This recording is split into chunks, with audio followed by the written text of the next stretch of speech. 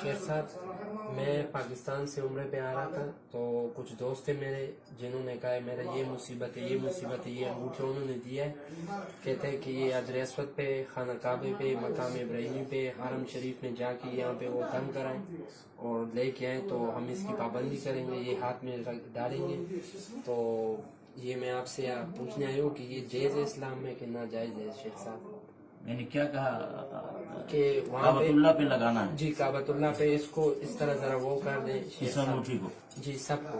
अच्छा, इसने कहा कि काबतुल्लाह से टच करना है? जी, टच कर दे उसको इस तरह जरा। और इसी मदीना आकर मदीना में मकाम जाली पे और जी सबको, जितने दीवारों पे जितने टच मुकामात करना हैं। है। हाँ जी।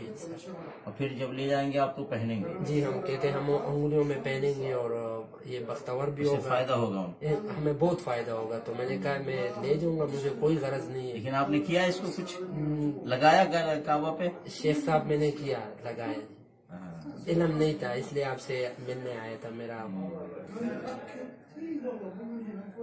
तो बहर के मेरे भाई देखिए, कोई भी काम करना हो जी, तबर्रुक समझ के, बरकत समझ के, फायदा समझ के, अजर और सवाब समझ के, दुनियावी फायदा समझ के, या दीनी फायदा समझ के, या आखिरत का फायदा समझ के, तो उसमें देखना जरूरी है कि आया अल्लाह रब्बुल आलमीन ने इस काम के करने का हुक्म दिया है और अल्लाह के रसूल मोहम्मद रसूलुल्लाह सल्लल्लाहु अलैहि वसल्लम ने इस काम के करने का हुक्म दिया है। ये देखना जरूरी है। अगर है तो करना है, नहीं है तो नहीं करना है। लोगों को जो चीज अच्छी लगे, लोगों को जो चीज ज़हन दिमाग से उनको अच्छा लगे वो करना, ये सही नहीं है, दुरुस्त नहीं है। मुसलमान है और मुसलमान अल्लाह के हुक्म के मुताबिक चलता है और मोहम्मद रसूलुल्लाह सल्लल्लाहु अलैहि वसल्लम के तरीके के मुताबिक चलता है। अब ये भाई ने ये कहा है कि इसको काबतुल्लाह के गिलाफ काबा से लगा दिया जाए, टच करा दिया, या मकाम इब्राहिम से लगा दिया जाए, या इसी तरीके से मदीने में आकर नबी सल्लल्लाहु अलैहि वसल्लम कब्र की जो जाली उससे लगा दिया जाए। तो क्या इसका हुक्म हमारे इस्लाम में है? नहीं। रसूलुल्लाह सल्लल्लाहु अलैहि वसल्लम ने इस काम को खुद किया है या किसी उम्मत को करने का हुक्म दिया है? तो नहीं दिया। देखिए, काबतुल्लाह तवाफ के लिए है। अल्लाह ने क्या फरमाया? वल्यतवफू बिलबैतिल अतीक। लोगों को चाहिए कि काबतुल्लाह का तवाफ करें। और काबतुल्लाह फिर किस लिए है? कि काबतुल्लाह की तरफ रुख करके नमाज पढ़ा जाए। तो इसलिए काबतुल्लाह क्या है? किबला है सारे दुनिया के मुसलमानों का। तो अगर बरकत चाहिए काबतुल्लाह से तो काबा का तवाफ किया जाए, और अगर बरकत चाहिए काबतुल्लाह से तो काबा की तरफ रुख करके नमाज पढ़ा जाए। लेकिन काबतुल्लाह को छूना या काबतुल्लाह को टच करना, अंगूठे से टच करना या हाथ से टच करना, उसमें कोई खैर बरकत नहीं। अगर ऐसा होता तो रसूलुल्लाह सल्लल्लाहु अलैहि वसल्लम खुद ये काम किए होते और उनके बाद सहाबे कराम भी अमल किए होते। ऐसा नहीं। ऐसे ही हजर अस्वद है, हजर अस्वद से तबर्रुक लेना है तो उसको चूमना है। ये रसूलुल्लाह सल्लल्लाहु अलैहि वसल्लम की सुन्नत है। हजर अस्वद से तबर्रुक लेना है तो हाथ लगाकर उसको बोसा देना है। ये रसूलुल्लाह सल्लल्लाहु अलैहि वसल्लम की सुन्नत है। तो नबी सल्लल्लाहु अलैहि वसल्लम की सुन्नत पर अमल करने से बरकत मिलेगी। खुद उस पत्थर में ये अल्लाह ने नहीं रखा है कि कोई तकलीफ में है तो पत्थर हजर अस्वद तकलीफ दूर कर दे या तकलीफ दूर करने का जरिया बने, या कोई किसी को फायदा चाहिए तो हजर अस्वद को छू देने से, चूम देने से उसको तिजारत में कोई फायदा हो जाए, या ये कि उसके सेहत में कोई फायदा हो जाए, या उसके घर में कोई फायदा हो जाए, उसके दुकान में कोई फायदा हो जाए। ऐसा कुछ नहीं। फायदा नबी सल्लल्लाहु अलैहि वसल्लम की सुन्नत पर अमल करना। तो जन्नत का पत्थर है, उसको चूमने से नबी अलैहिस्सलाम की सुन्नत पे अमल होगा और उससे फायदा मिलेगा। ऐसे मकाम इब्राहिम है। मकाम इब्राहिम सिर्फ क्या है? अल्लाह रब्बुल आलमीन ने फरमाया वत्तखिज़ू मिन मकाम इब्राहिम मुसल्ला। मकाम इब्राहिम को क्या बनाओ? मुसल्ला बनाओ। तो अगर आदमी तवाफ करता है, तवाफ करने के बाद फिर मकाम इब्राहिम के पास आकर के नमाज पढ़ता है तो उसको बरकत मिलेगी, उसको फायदा मिलेगा। लेकिन मकाम इब्राहिम को जाकर छूने से, उसको चूमने से फायदे या नुकसान मिलेगा। क्यों? कि उसने अल्लाह के हुक्म के खिलाफ किया है और मोहम्मद रसूलुल्लाह सल्लल्लाहु अलैहि वसल्लम की सुन्नत के खिलाफ किया है। उसको छूना, अंगूठी को उससे लगाना उससे, या हाथ लगाना उससे, या होंठ लगाना, ये सब शरीयत की खिलाफ वर्जी है, अल्लाह के हुक्म के खिलाफ वर्जी है, रसूलुल्लाह सल्लल्लाहु अलैहि वसल्लम की सुन्नत के खिलाफ वर्जी है। इसे परहेज करना, इसे फायदे के बजाय गुनाह मिलेगा। فائدہ نہیں بلکہ گناہ ملے گا. ایسے مدینہ آتے ہیں. اب نبی علیہ الصلوۃ والسلام اور ابو بکر عمر رضی اللہ عنہما کی قبر کے چاروں طرف جالی لگی ہوئی ہے. تو جالی کو چھونے سے، جالی کو ٹچ کرنے سے کیا ملے گا؟ بھائی پہلی بات رسول اللہ صلی اللہ علیہ وسلم کے زمانے کی وہ جالی ہے نہیں. اس جالی میں کیا فائدہ؟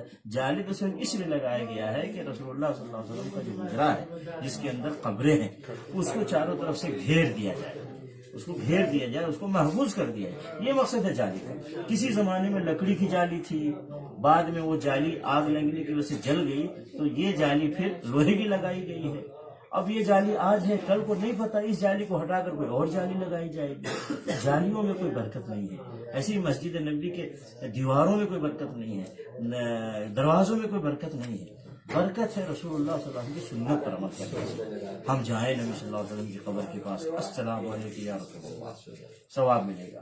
السلام علیکم ابو بکر صدیق، السلام علیکم عمر الفاروق، ثواب ملے گا. لیکن کیا کہ جالی کو چھونا، پلر کو چھونا یا ایک دیوار کو چھونا، دروازے کو چھونا، اس سے ثواب نہیں گناہ ملے گا. کیوں؟ کہ رسول اللہ صلی اللہ علیہ وسلم کی سنت کے خلاف ورزی.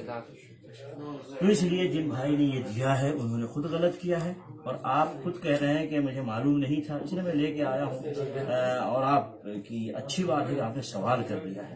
تو اگر جان بوجھ کر کے آپ یہ لاتے یہ کرتے تو آپ بھی گنہگار ہیں. لیکن اب معلوم ہو گیا ہے تو اب یہ کام نہیں کرنا ہے، بلکہ جا کر کے ان کو نصیحت کرنا، منع کرنا ہے. میرے بھائی یہ پتھروں میں اس میں کوئی فائدہ نہیں ہے. اس کو اگر کسی دروازے سے، دیوار سے، جالی سے، کعبۃ اللہ کے غلاف سے یا اسی طریقے سے کیا کہ مقام ابراہیم سے لگا دیا جائے، اسے کوئی برکت نہیں ملے گی. برکت اللہ رب العالمین کی عبادت کرے برکت ملے گی، رسول اللہ صلی اللہ علیہ وسلم کی سنت کے مطابق چلے برکت ملے گی، قرآن مجید کی تلاوت کرے برکت ملے گی، کثرت سے درود شریف پڑھے برکت ملے گی، رسول اللہ صلی اللہ علیہ وسلم کو سلام پیش کرے برکت ملے گی.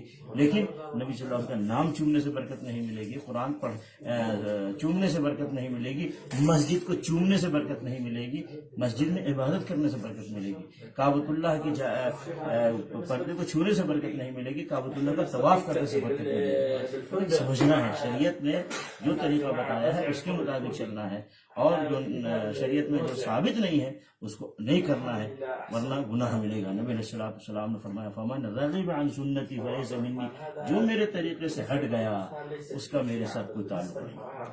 تو ہم رسول اللہ صلی اللہ علیہ وسلم کے طریقے پر ہر مسلمان کو چلنا چاہیے، چاہے وہ عورت ہو، چاہے مرد، چاہے امیر ہو، چاہے غریب، چاہے عربی ہو، چاہے اجمی، کوئی بھی ہو. رسول اللہ صلی اللہ علیہ وسلم کے سنت اور طریقے پہ چلے گا تو وہ ثواب پائے گا.